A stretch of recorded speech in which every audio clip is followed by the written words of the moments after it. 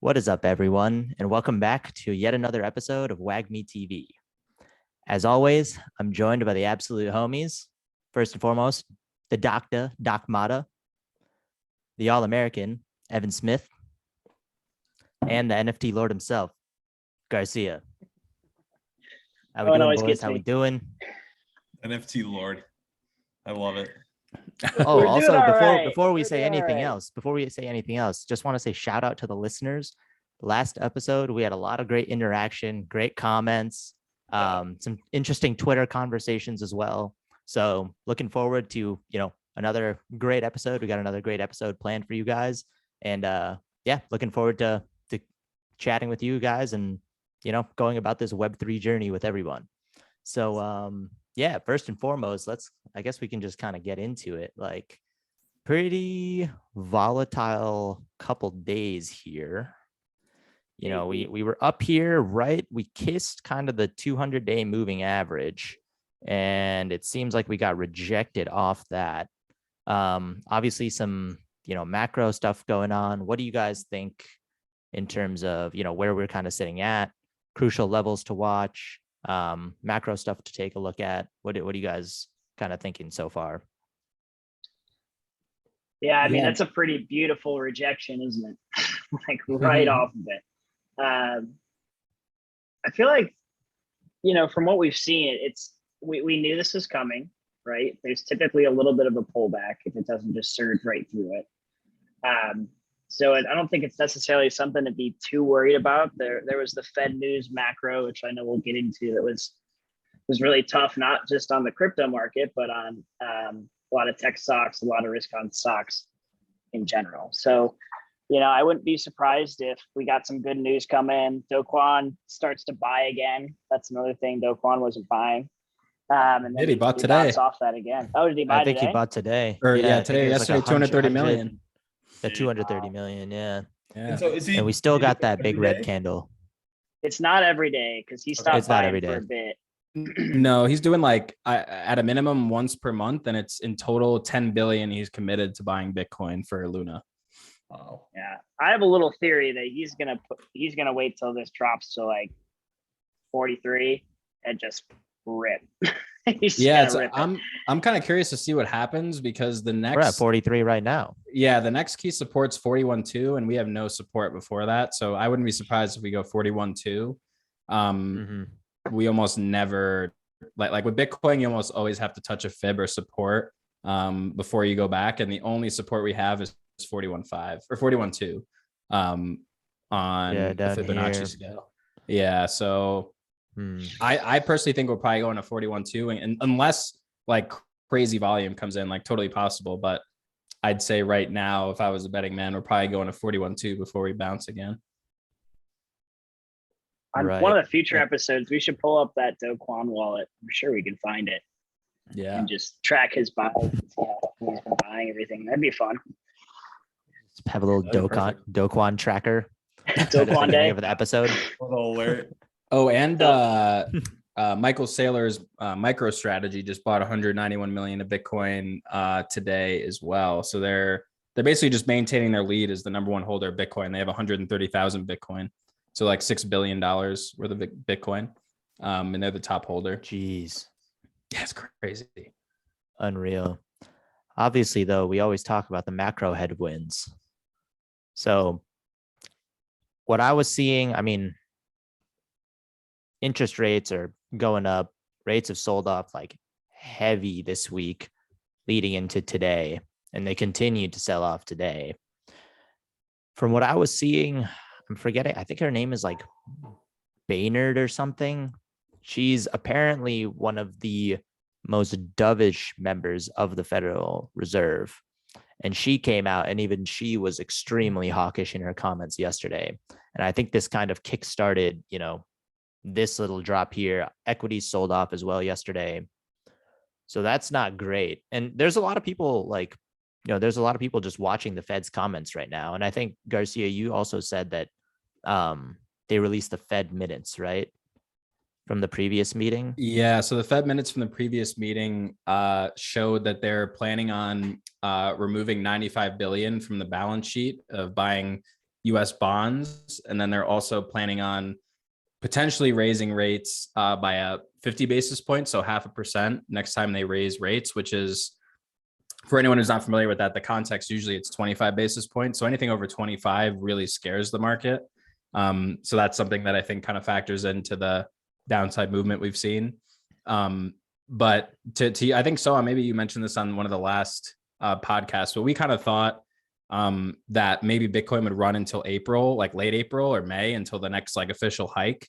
And now it's kind of like, do we play in this window of bullishness? Like, do we have to wait till an actual recession comes? Like, that's kind of becomes the question. So really interesting stuff. Right. So there was also a talk of the yield curve inverting, specifically the 2s-10 spread, right? So that's when basically the market is betting on shorter term rates being higher than longer term rates, aka like, in the short term rates are going to go up, but they're betting on, quote unquote, that's why they call it a recession indicator. The market is essentially predicting a recession, in which case rates will go back down. So longer dated rates actually are lower. So that happened for, I believe, I think it was less than a week, because right now it's not inverted anymore. And, every time this happens, everyone's like, oh, recession indicator. In reality, it actually needs to, from what I've read, it needs to actually be inverted for an extended period of time, like at least 3 months or so, for it to be an accurate predictor of whether or not there's going to be a recession. So just, I wouldn't say it's a recession indicator at the moment, but everything is kind of in an iffy place when you think about macroeconomically, in terms of, we have a lot of liquidity being drawn out of the system by the Fed. We have interest rates going up. We have evidence that the economy might be slowing. At the same time, we also have a war going on, which could cause God knows how much havoc. So there's just a lot of unknowns right now from a macro standpoint. And, the markets are kind of just trying to figure it out. The Fed is obviously one of the leading drivers of the market itself. And so I think when I was kind of playing this out in my head, once we got some clarity from the March meeting, I thought we were going to rally a little bit after that was out of the way. I was thinking up till maybe mid-April, but I also didn't know all these Fed people, all week, every single day, there's somebody from the Fed speaking this week. So I didn't know that was planned either.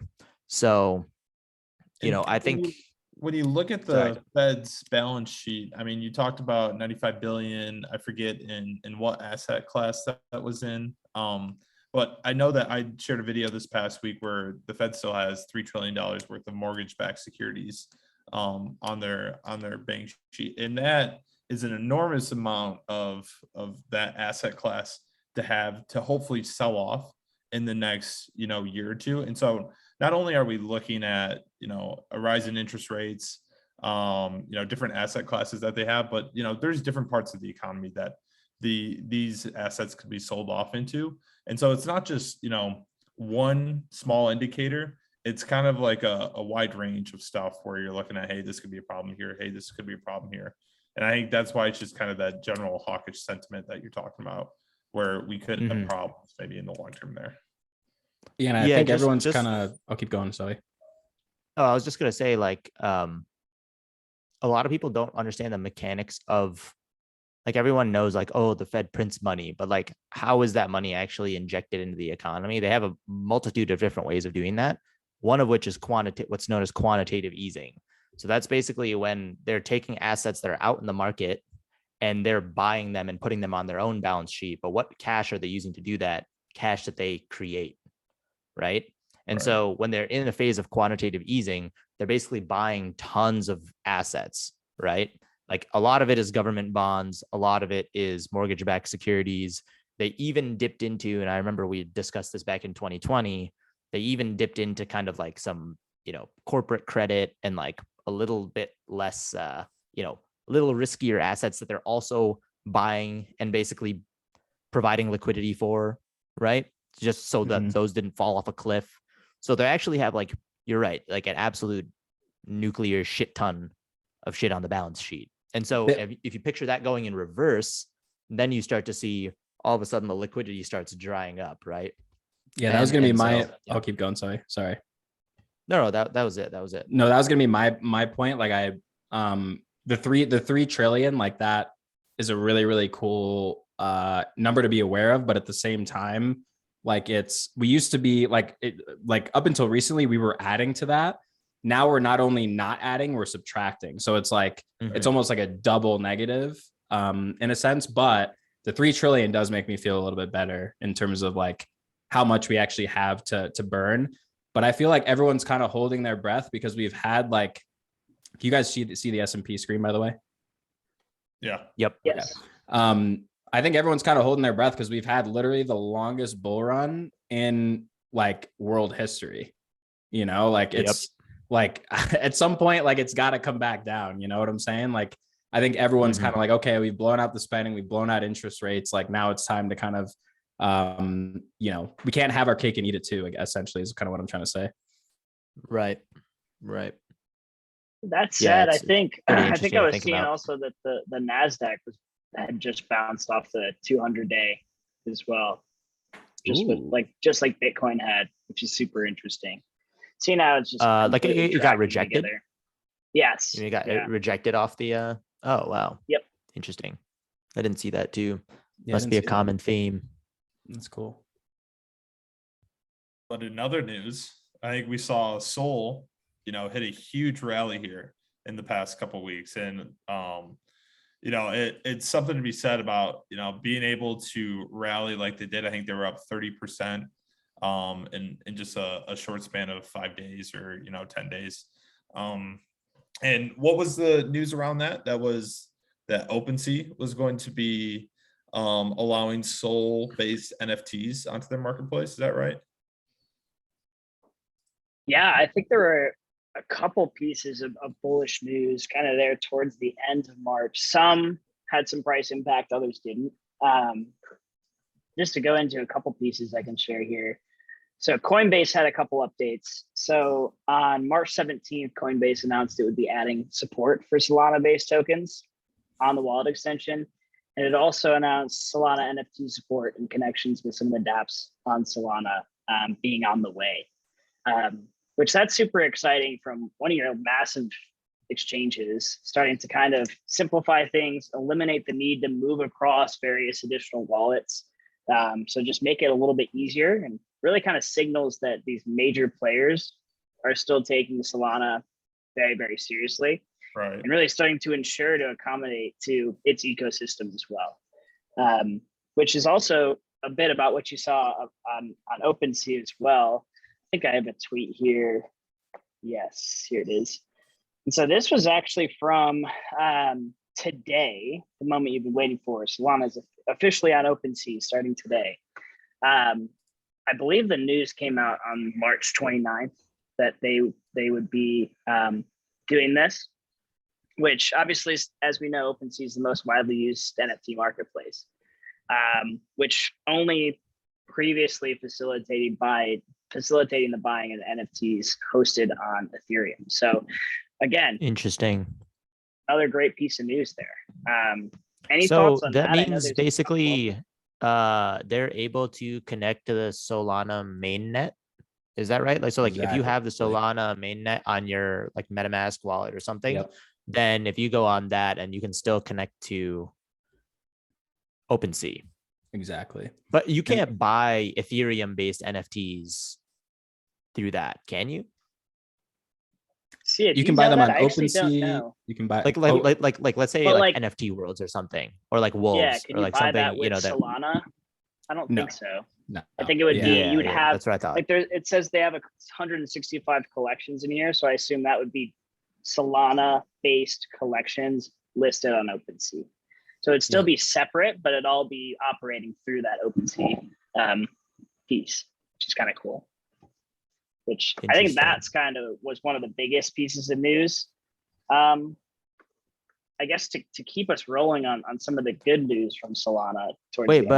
Also the other question I had, I think somebody had brought this up when we discovered this news. Like, did somebody have a stat on like what percentage of transactions on Ethereum are NFTs or something like that? Like, oh yeah, it was like some like really, it was like some like high percentage or It's like the Yeah, so like- majority of Ethereum transactions or something are with NFTs.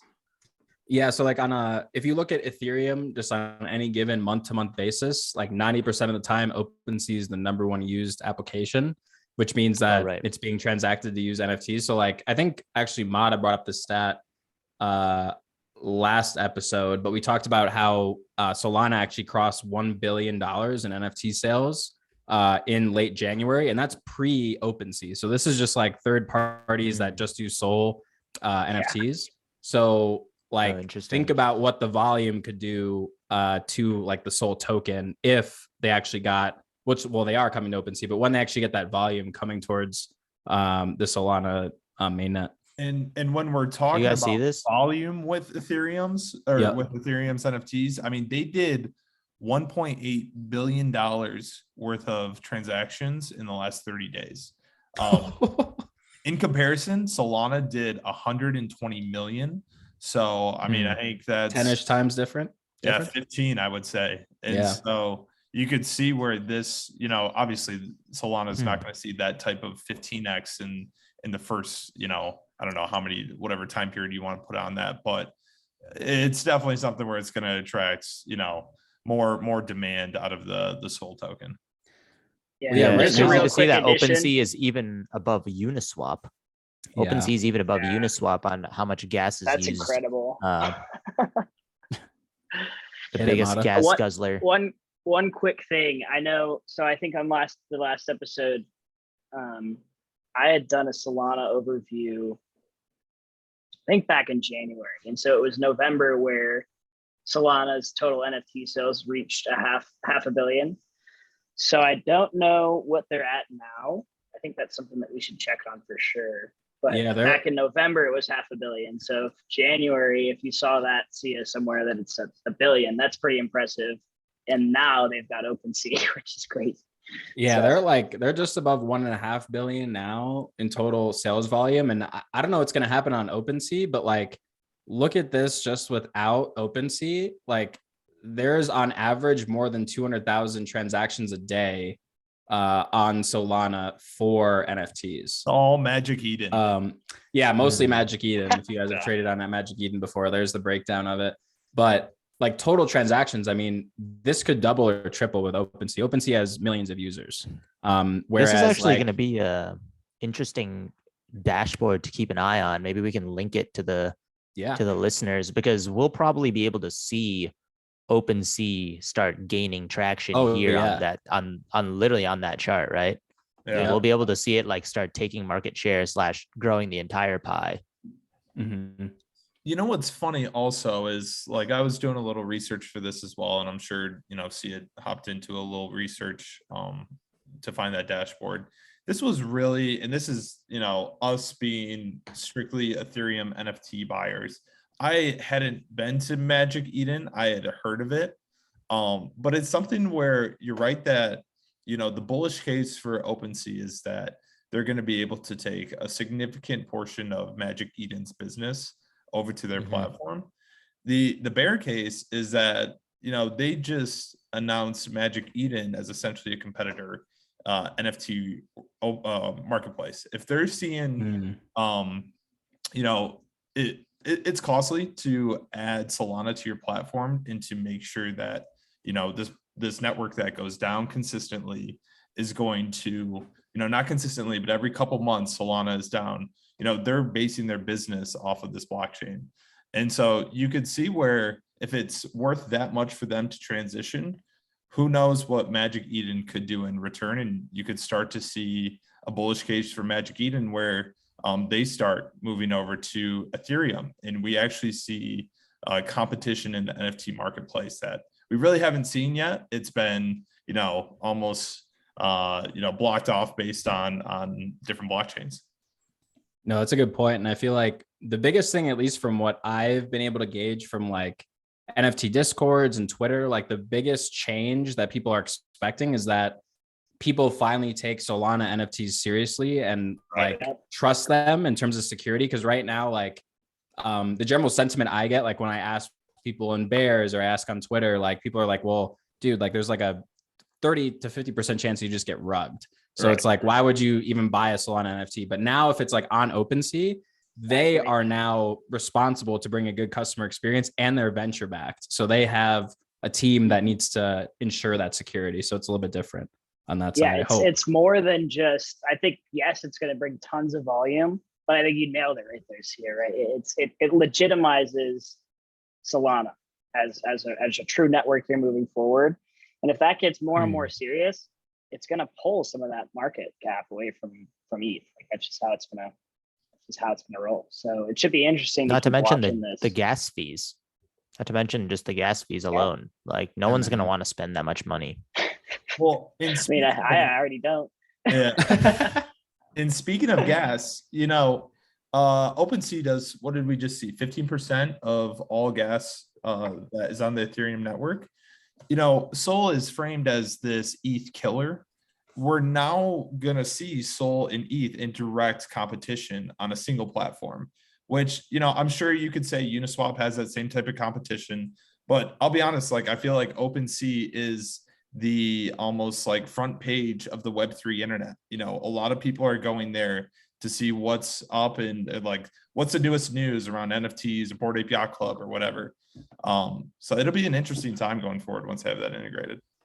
I'm excited. It'll be interesting to see if it's like direct competition, or if they find a way to kind of like interoperate together, Right. Yeah, right. I mean, that'll be fun.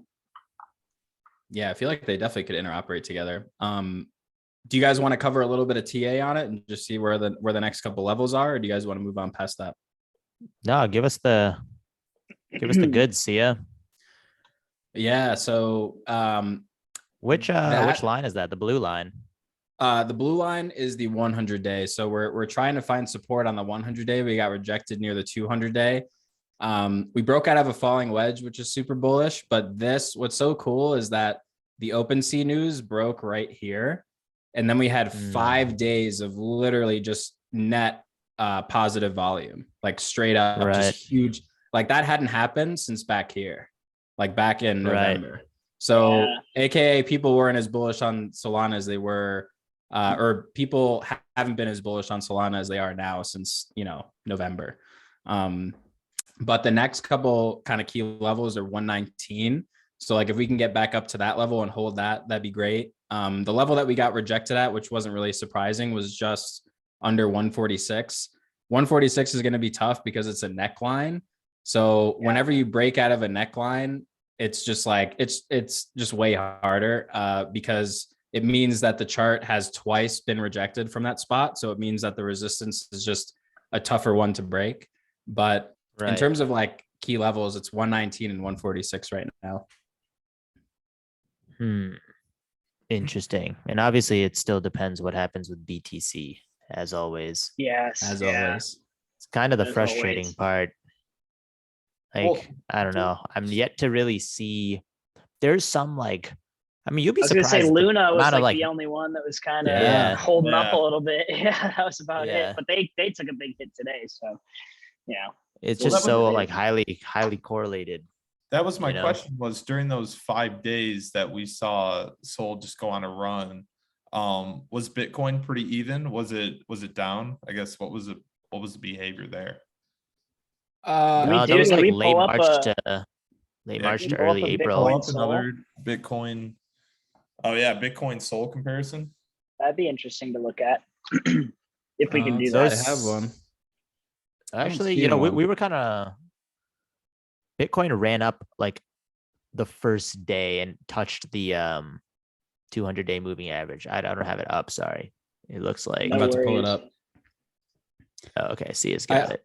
I just remember. So I think Solana started ripping like down here. So Solana definitely was, or sorry, Luna.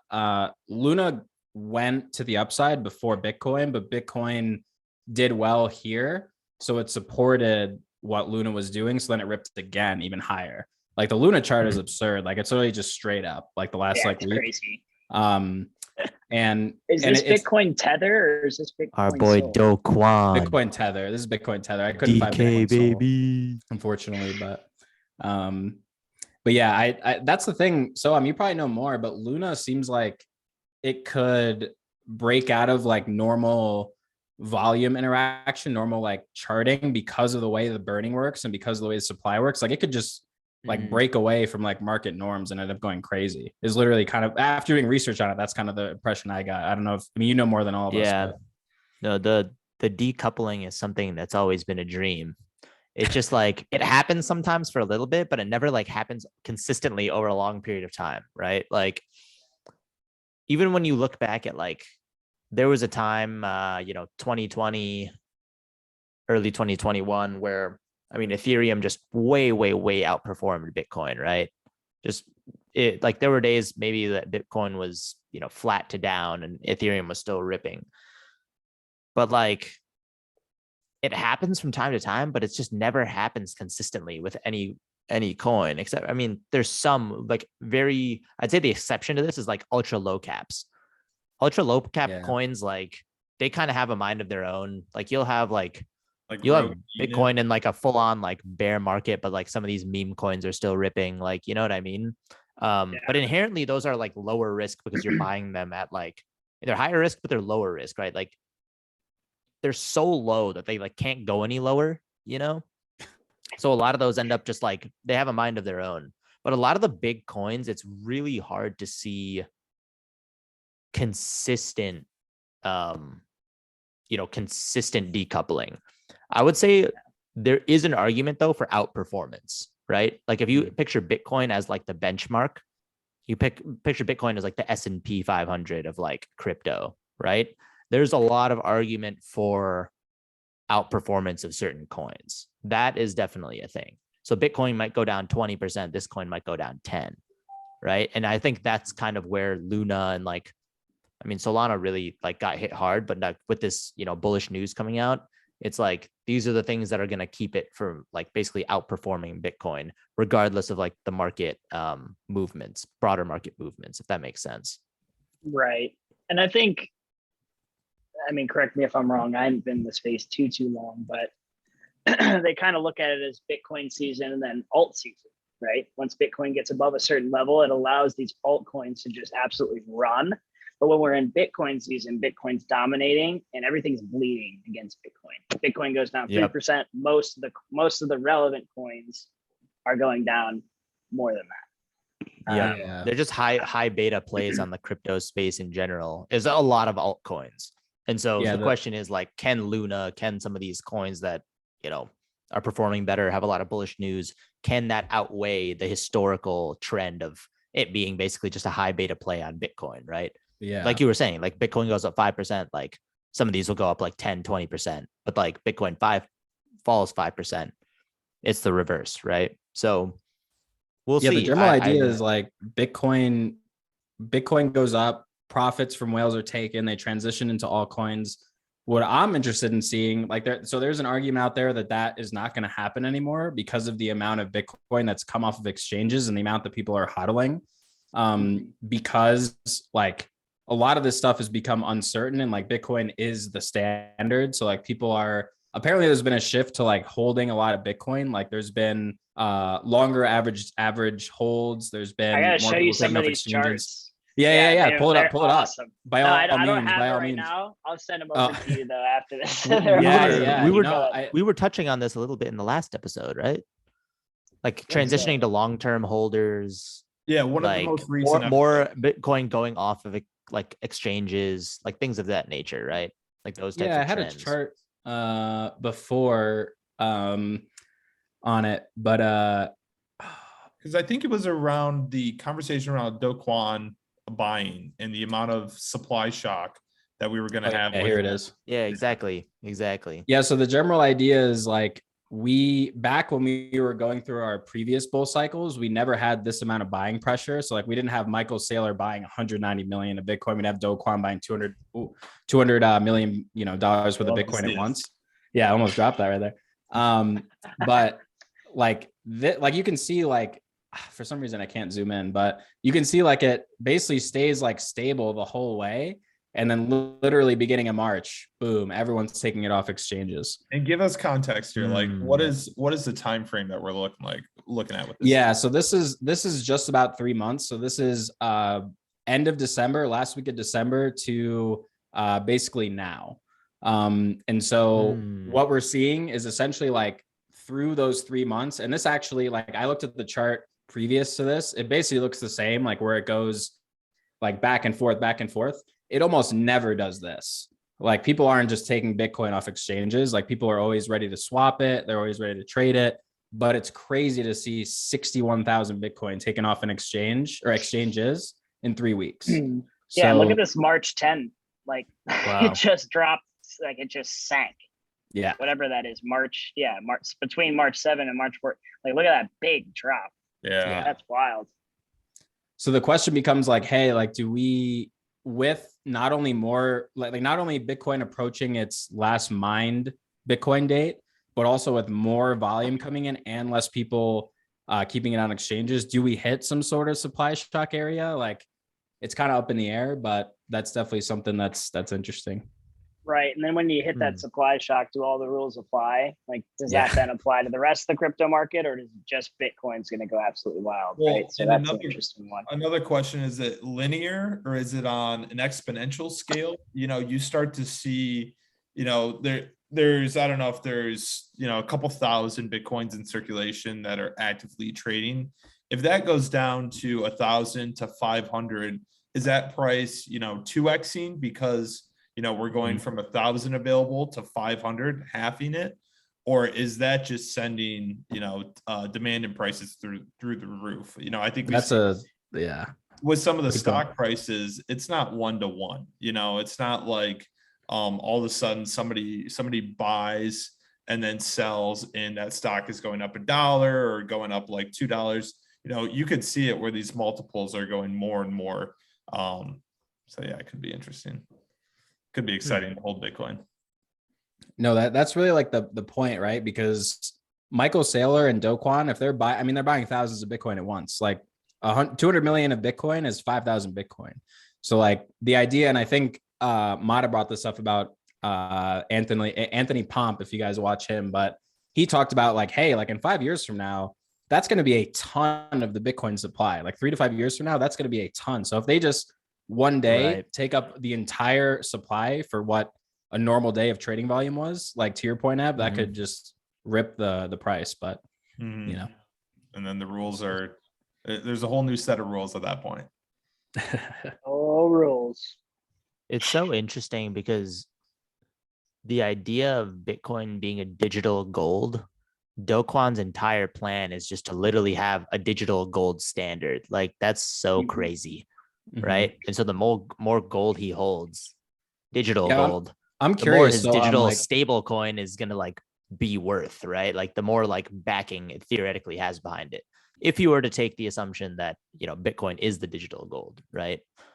So since you're our crazy. resident Terra Luna Maxi, I had a question about that because like I've been following Do Kwon now since we've been talking about it. And I'm curious, like if he's posted in the Discord or anywhere in a white paper, like has he done the math of how much Bitcoin they need in the reserve to make this like math work, like long term? Like did he pick 10 billion out of a hat, or like does he know like $10 billion was like the mark that he needed? That's a good question. I'm gonna have to go on like a little deep dive and try to find that. I actually don't know. Like I haven't seen him post the logic explaining why 10 billion is the number he chose. Maybe he has, but I definitely have to do some research on it. I mean, I think like the goal, I have seen him say that he wants to be the top holder of Bitcoin, period. Yeah. Right. He wants Terra to have like the highest amount of Bitcoin in the world. And at that point, the thesis is, you're right. Yeah. Other than number 2, Satoshi always number 1.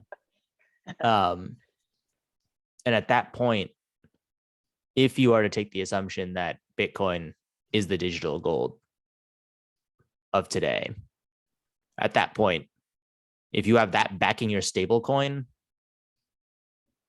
that's the whole thesis, I think. And that's like a really interesting way to think about it. But it's Luna. I know that's the Terra goal. dies. It's Terra dies if Bitcoin dies. That's essentially what he's pegging that on, right? That's an interesting question though, Garcia. Why 10 billion? I mean, yeah, exactly. Well, if you I'm kind of sure they've look done at, the math, find it. if you kind of look at it historically, the US had a gold standard, you know, and even during that time when we had a gold standard, gold prices fluctuated. They weren't stable, obviously. And so because of that, like there was no way to determine if, you know, all the gold that the US had in reserve covered all the US dollars that were in circulation. Do Kwon can't make a guarantee that every single stable coin that he has in circulation is backed by the Bitcoin that he has. But at the same time, it's, you know, markets are based on trust, and based on this buying, it's an egregious number to be buying over that span of time. And he's created a lot of trust with me, and I think all of us, about how well the asset portfolio that he has backing his stable coin is, you know, risk averse and here for the long term. Yeah, I love It's that. an interesting point. What's cool is it's not going to be all completely backed by Bitcoin. Like it's going to be kind of like a dual operation, which I still have to dive a little bit deeper into to kind of completely understand that piece. But I've always thought Decoupling was super cool. He's got like that. He always said like, if regulators come for me, like I basically have the kill switch button and nobody can control it. Like I'm just gonna go, and then Luna's on its own. Like that's so cool. It's like they can't come after me because I didn't do it. Like what are they gonna go after the code? Like yeah, it's kind of crazy. he's just he's the man. He's the man. Anyways, what were you saying, Sia? No, I was just saying that's an amazing point about how it's not just going to be backed by Bitcoin. I saw somewhere, and I'm trying to find it right now, but I don't think I'm gonna be able to. I found a tweet that he put out about like basically it was a visual of like all the currencies he imagined being in the reserve like at the end date, and it was like Solana, Avalanche, like all these other currencies, and he's like, this will be part of our reserve, not as a high percentage, not as a higher percentage than Bitcoin, but it'll be part of the reserve. And I'm trying to find it, but I can't right now in the second. But yeah, it will include other coins to your point. Like it's going to be interesting to see how that, and then it becomes like, what if one of those coins fails, right? Like what if Avalanche in 2 or 3 years, it's like, okay, it's not a convenient layer one, like what happens, you know? And maybe they account for that in their percentage of reserves, but I don't know. I'm sure it's not going to be like that high of a percentage, because otherwise it would take like a massive dent out of their treasury basically. But then again, like if you strategize it right, like I would imagine like the heavy majority will be Bitcoin, and then he'll have small allocations in other tokens. And whichever one survives or whichever ones survive, those will end up being like an outsized portion of the portfolio probably, while that will make up for the fact that the other ones fail, is probably like at least how I would think about it. Yeah, that's awesome. I think we could do a whole episode just on how that's going to work, because like that's so interesting to me. Like they're using the seniorage, and they're buying more Bitcoin with that. It's like, where do these other assets come in? How does that reserve look? Is it still algorithmic backed as well? Like, you know, like there's so many questions. I would even say, like, where did they draw the line? I assume they wouldn't go and buy fiat currency to store on their books. But could you say that gold and silver are, you know, not backed by any specific nation, and that's something that they could also have in their portfolio? Or do they strictly stop at cryptocurrencies because they just kind of want to live in the Web3 world, right? Yeah, that's interesting. That's a discussion for another day. I wonder if they would actually delve into like physical assets. Yeah, something tells me they wouldn't, but like I actually have no idea. Yeah, I don't think they would. If they were to, it's going to be multifamily real estate or commercial real estate. Those are the only things that would be stable enough from a physical asset standpoint. Like you're not going to buy fiat. I mean, the US dollar has dropped by 90% in value in the last 50 years. Like you wouldn't buy the US dollar. You'd buy like something that's stable enough if you're going to buy physical assets. But it's an interesting point. Yeah, we could dive into that completely. I mean, I definitely need to still do a bunch of research on that. I don't think it's fully baked either, even from Do Kwon and the LFG team. How funny is that? I love that. Yeah. But just to cap us off, I think we're kind of getting to the end of the Solana smart contracts macro Bitcoin piece. So just to cap us off here, two last kind of big pieces of news for Solana were here on the 22nd of March. Greyscale actually announced their 18th investment product. So they've had 17 prior to this, which is going to be a smart contract platform fund without Ethereum. So essentially all your themed Ethereum killers. And those will all be weighted by market cap. So I actually pulled up just to see what that looks like. That's an ETF. Yeah. And so Yeah, that's, Greyscale. isn't that interesting? And so what the fuck? with a caveat, Big time. right? So the big thing is, okay, investor demand for diversified exposure has increased. Okay, let's pull in the big players, Solana, Cardano, as you see here, Avalanche, Polkadot. But it's only open currently to Cardano private. at 25%. It's by market cap. That's why. Okay, I got you. No one said just playing. Greyscale was amazing at what they do, but I do appreciate what they're trying to do. Let's put it that way. If you've seen some of their other products, it's really interesting how they've broken them out. I think no, that is cool. James at Invest Answers, if y'all are familiar with him, he does a deep dive into a couple of the Greyscale products, which is super interesting. And he kind of shits on it a little bit. He's like, why would this be here? But there's a caveat. So it's only open to private accredited investors. So people with tons of money, institutions, things like that. They do plan to make it public. And I believe they've achieved that with 9 of the other 17 thus far. So it should be interesting to kind of track this, see where it goes. But it is going to probably push a little bit more money into some of these projects that we've talked about, right? Which is definitely. Cool. Yeah, and it kind of like, I think this is actually before we even started recording episodes when we used to chat. But do you guys remember when I showed you guys the that project like Index, and like basically like it's a structured products play. I was telling you guys about like structured products and like how that's going to be kind of like I'm bullish on that space in general, like derivatives within crypto, ETF type stuff within crypto. Like, you guys remember this one? Like, I just pulled it up, I think. I do, yeah. You guys remember this one? So this is one where you don't have to be an accredited investor. I mean, I don't, let's see if they added any more. Like, I remember, I think we were looking at, was it GMI? And accredited for anyone who doesn't know the context, that's $1 million net worth and up. If anyone I think there's other like, other like things, but yeah, it's like, it's not easy to get. Put it that way. And obviously the idea is Greyscale is safer, I assume, right? Is the idea. This I think when we first talked about it, it was like, yeah, it's really cool, but it could be a rug. Yeah. I don't think this is a rug. I don't think it is, but I think it's pretty solid project. Yeah, it's a DeFi Pulse. They have like a lot of like the Metaverse Index. Like it was like a bunch of these coins that we've talked about, right? Audius. Yeah, Audius. Audius. A little teaser for another little sneak. Well, what's interesting in a little sneak. Flick of the wrist. Flick of the wrist. So you might know more on like the details of why this has been such like a battle to get approved, but like the SEC so far has only approved Bitcoin futures and has not approved like a Bitcoin spot ETF.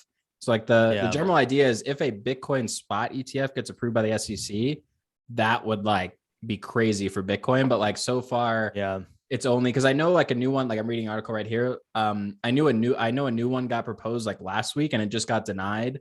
Like, do you have any insight into like what the complications spot versus future is like in terms of they've been pushing for so long. I remember when this was back in it's college, always right dude. Around the corner. Like they've been pushing. Like I remember the Winklevoss twins were like really into it and like they were really pushing for it and it got rejected. This was back when we were like juniors or something.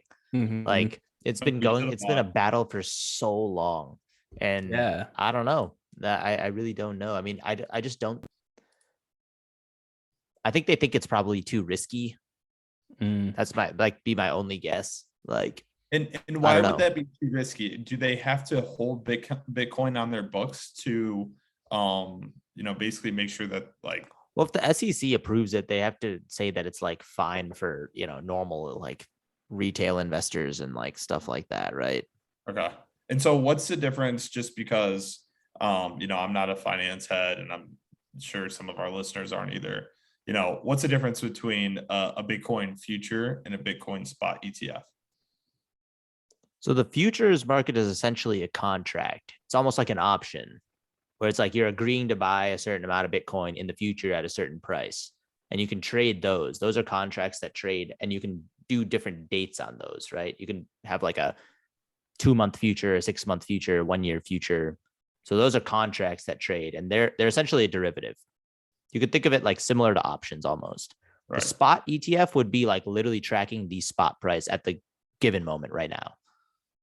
Right. And like the actual, like if you buy that, you're buying the asset. If you buy futures, you're not buying the asset, right? It's just derivative on the asset. So like direct exposure to the asset. It sounds like you wouldn't actually physically own the asset until it was delivered to you. And that's why the contract is in place. Like let's say I buy like a 1-month future.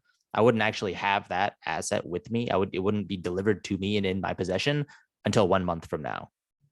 And that's why the spot ETF is so important, is because it's going to track the exact like amount, like the exact price of Bitcoin, and then say, okay, you bought in at this price of the ETF and it's matching the exact spot price of Bitcoin, which is like that'd be the big time like volume driver. But why would that add volume if you're not buying Bitcoin?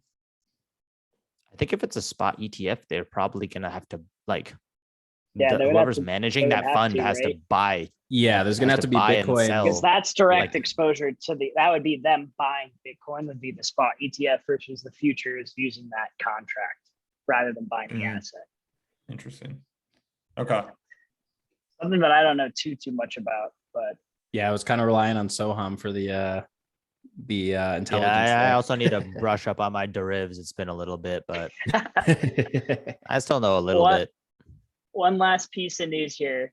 So 24th of March, the PUBG publisher Krafton, they're the unofficial publisher, I believe, partnered with Solana Labs to develop and operate blockchain and NFT-based games and services hosted on the Solana network. Wow. So, I mean, PUBG has a user base of like the tens of millions, right? Mm-hmm. So if you can even bring a fraction of that to the Solana network, that could be really, really bullish. One of the original battle royales before Fortnite. Yeah. Oh, guys, I fucking didn't tell you about this. Oh my God. So I was at this bachelor party this weekend, right? Oh my God, I meant to message you guys.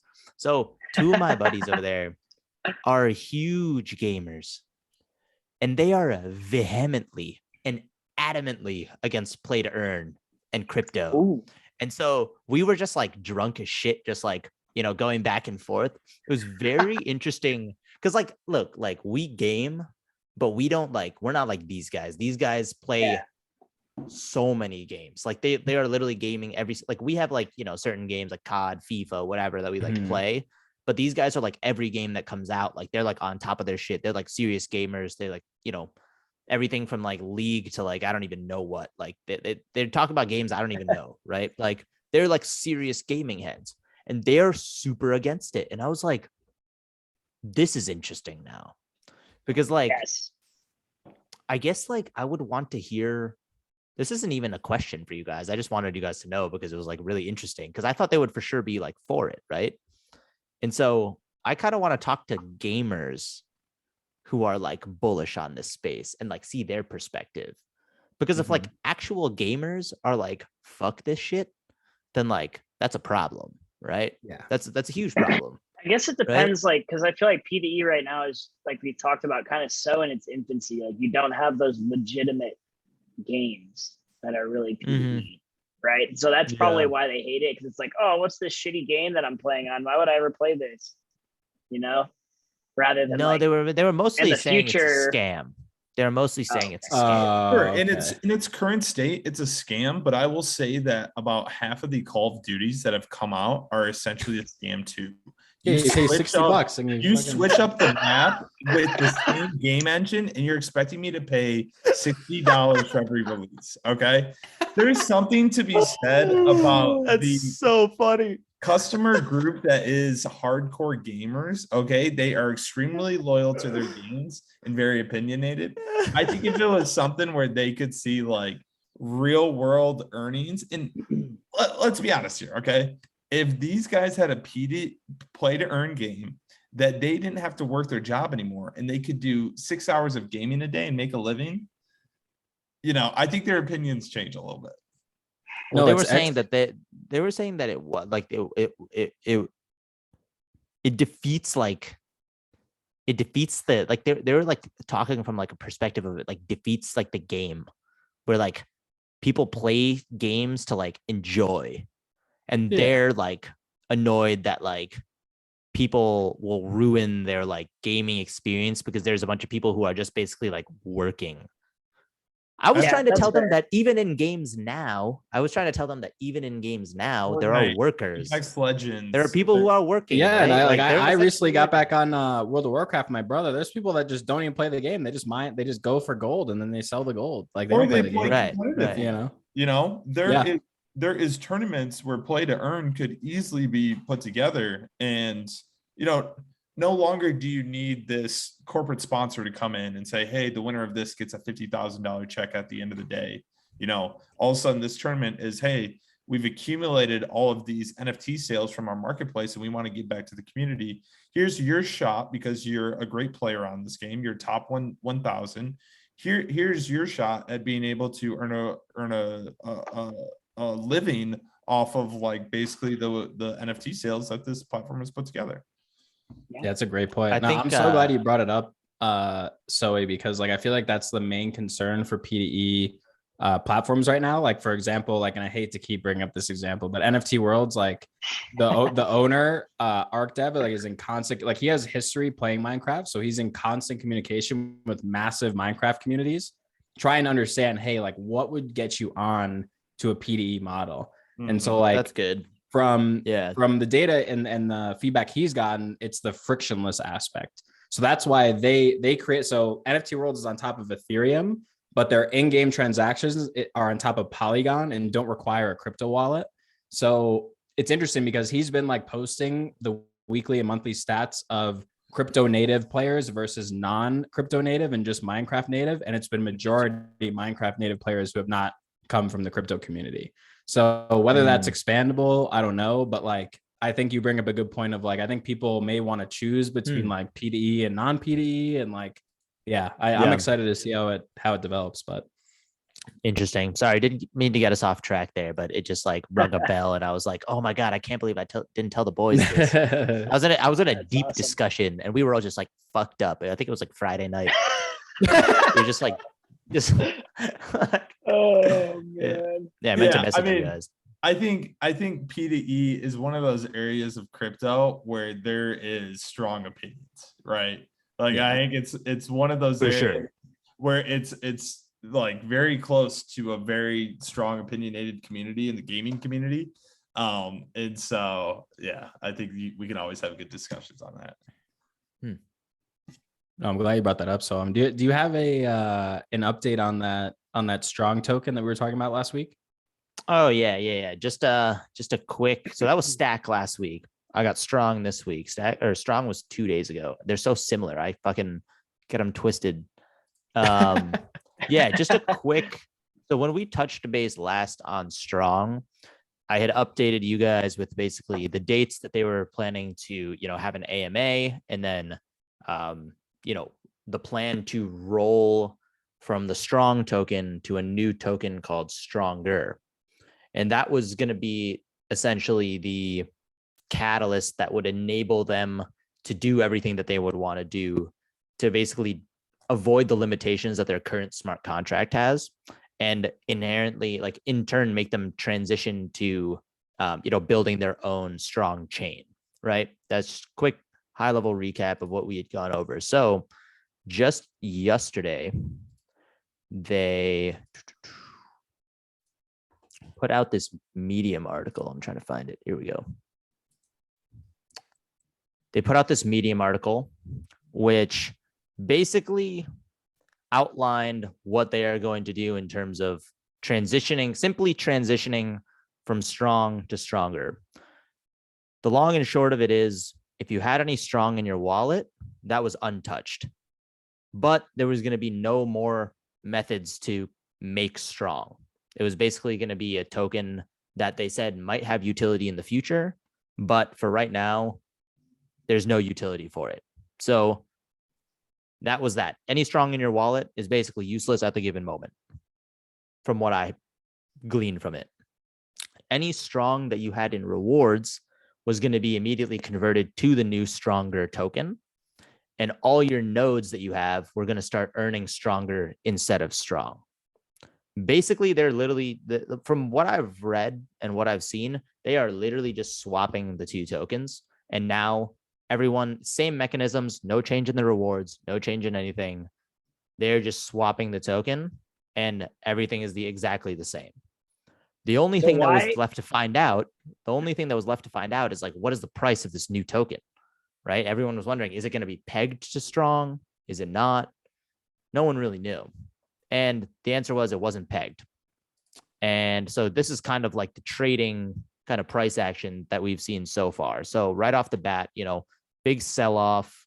We had this huge pump here in like the first like hour, 2 hours maybe. And since then, it's kind of trickled down. Right before, it's kind of settled at right where the strong token was before this launch. So I don't know if they intended for that to happen, but it's almost like a pseudo peg, right? It just settled right where it was because nothing really changed, right? The one thing I will say is, Armada, were you going to ask like, what's the point?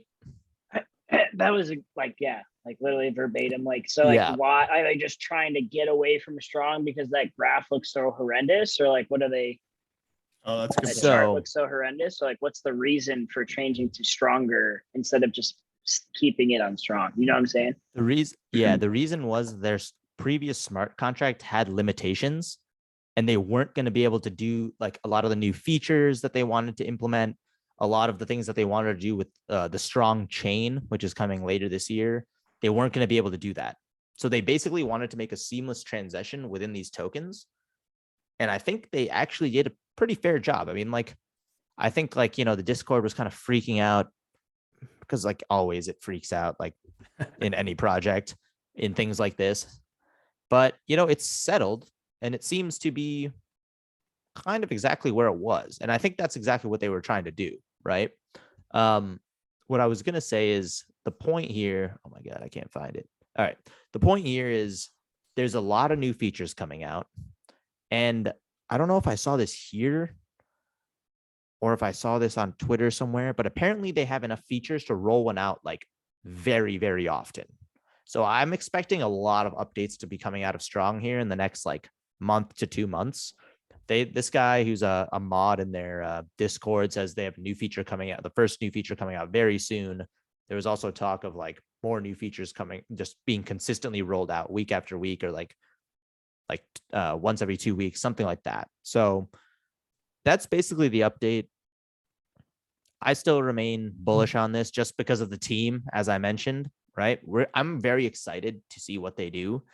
Their CEO purposely in the AMAs, purposely on Twitter, purposely plays his cards very close to his chest, because he said last year multiple times that every time he said something that they were going to do, the competitors went and copied them, right?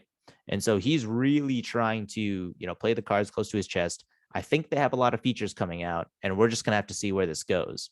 As we mentioned before, fully doxed team with a lot of experience within crypto and just, corporations in general. And this is not investment advice. Not investment advice. Because NFA. I'll say from my take, and I think we've had a discussion on this either on a previous episode or, before we started filming these. They haven't fully figured out their business model. They're looking to buy nodes and networks and run nodes. And that's very valuable to most of these networks where you need a strong group of node operators that can be trusted.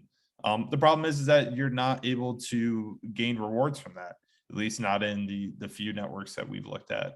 Right. And so, you know, I think you're right. So I'm like, it's very bullish for the announcements that they're making at the moment. I think you can also keep in mind that you know, who or what are these competitors that he mentioned? Basically, they're just forks.